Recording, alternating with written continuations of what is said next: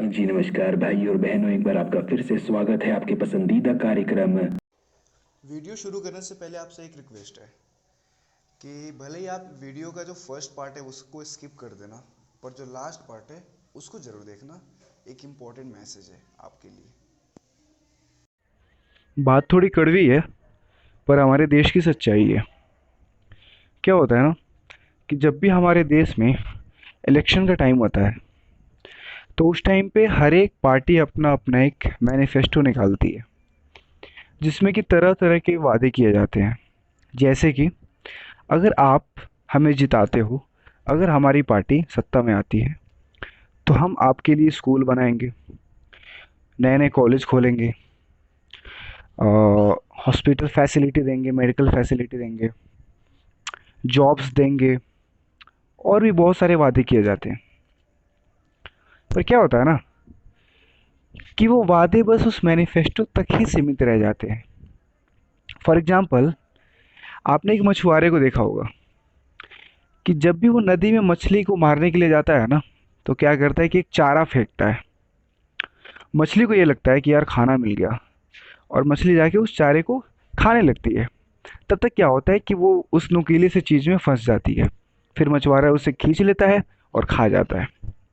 कुछ ऐसे ही हमारे ये राजनेता हमारे साथ करते हैं। चुनाव के टाइम पे ये क्या करते हैं कि झूठे झूठे वादों का एक चारा फेंकते हैं हमारे तरफ। हमारी भोली वाली जनता बस उसे सच समझ लेती है और इन बड़े बड़े नेता के पक्ष में जाके वोट कर देती है।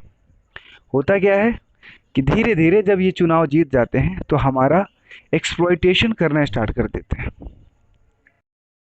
चलो, ये तो इनके खून में ही है कि लोगों को लूटना, लोगों के साथ फ्रॉड करना, फरेब करना।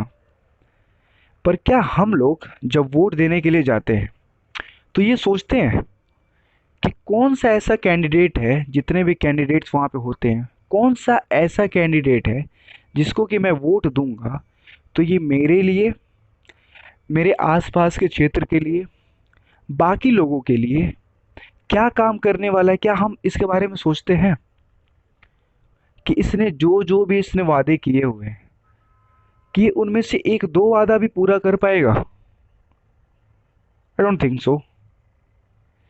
क्योंकि बहुत सारे लोग तो बस ऐसे जाते हैं कि हाँ इस पार्टी का बंदा है तो दे दो। बंदे से मतलब नहीं है, बंदे के कैरेक्टर से मतलब नहीं है, बंदे का पास्ट, बंदे का प्रेजेंट, इससे कुछ मतलब नहीं है। बस वो इस पार्टी से है तो उसको ये वाला वोट अपना दे दो। यार ये क्या बात हो गई? और ऐसा नहीं है कि हमारे देश में जितनी भी पार्टियां हैं, जितने भी नेता हैं, सबने फ्रॉड ही किया हमारे देश के साथ। ऐसा कुछ नहीं है। अभी हाल फिलहाल हम लोग एग्जांपल देख सकते हैं, जैसे जो तेलंगाना गवर्नमेंट है, उन्होंने किस हद तक अपने स्टेट का डेवलपमेंट करा है, ये सबके आंखों के सामने है। दिल्ली गवर्नमेंट है जिन्होंने बिजली, पानी, वुमेन सेफ्टी के लिए इतना सारा ध्यान दिया है, बिजली पानी को मुफ्त कर दिया है। तो बहुत सारे ऐसे गवर्नमेंट है जो एक्चुअल में जो काम कर रहे हैं, जो अपने मैनिफेस्टो में लिखते हैं, जो मुंह से बोलते हैं वो करके दिखाते हैं। मैं तेलंगाना के डेवलपमेंट की बात इसलिए कर रहा हूँ ना, क्योंकि वहाँ के गवर्नमेंट ने अपने स्टेट को इतना ज़्यादा सिक्योर कर दिया है, और इतना ज़्यादा उन लोगों ने ट्रस्ट फैक्टर क्रिएट कर दिया है बिजनेसमैन के माइंड में कि आज हर एक बंदा वहाँ पे जाके अपना बिजनेस करना चाहता है। क्योंकि उन्हें पता है कि हम यहाँ पे बहुत ही सिक्योर है, हमें किसी को फालतू की कोई भी रंगदारी नहीं देनी है, और किसी से हमें डरने की ज़रूरत नहीं है। क्यों? क्योंकि वहाँ की जो गवर्नमेंट है वो ये चीज़ कह रही है और वो इस चीज़ का दावा कर रही है और करके भी दिखा रही है। इसलिए मैंने तेलंगाना को मेंशन किया। अब ना अपन बात करेंगे स्पेसिफिक कुछ नेताओं के बारे में, starting with mister Lalu Yadav, जो कि 15 साल तक बिहार में सत्ता में रहे और उन्होंने बिहार को बहुत अच्छे तरीके से लूटा और बर्बाद किया। अभी अभी हाल फिलहाल उनके बेटे खड़े हुए थे सीएम कैंडिडेट के लिए बिहार में, जिन्होंने बोला कि आप हमें जिताओ, हमारी पार्टी बिहार का नक्शा ही पलट देगी। अरे भाई साहब, एक बार जाके अपने पप्पा जी से पूछो तो सही कि 15 साल तक जब आप पावर में थे तो आपने क्या किया और कितना नक्शा पलटा बिहार। दूसरे मिस्टर कुलदीप सिंह सेंगर, यूपी में एक जगह है उन्नाव, वहाँ के बहुत बड़े नेता है, जिन्होंने एक लड़की का रेप किया, और जब वो थाने में रिपोर्ट करने के लिए जा रही थी तो बीच में उसको अपने गुंडे भेज के इन्होंने जिंदा जलवा दिया। इनसे कोई पूछने वाला भी नहीं है कि तुमने ये चीज़ क्यों किया, तुम्हारी हिम्मत कैसे हुई ये चीज़ करने की। यार चुनाव के पहले जिस औरत को तुम जा कर के बेटी कहते हो, बहन कहते हो, माँ कहते हो, उसके साथ ये घटिया काम। शर्म आनी चाहिए यार तुम लोगों को, तो और तुम्हारे जैसे लोगों को।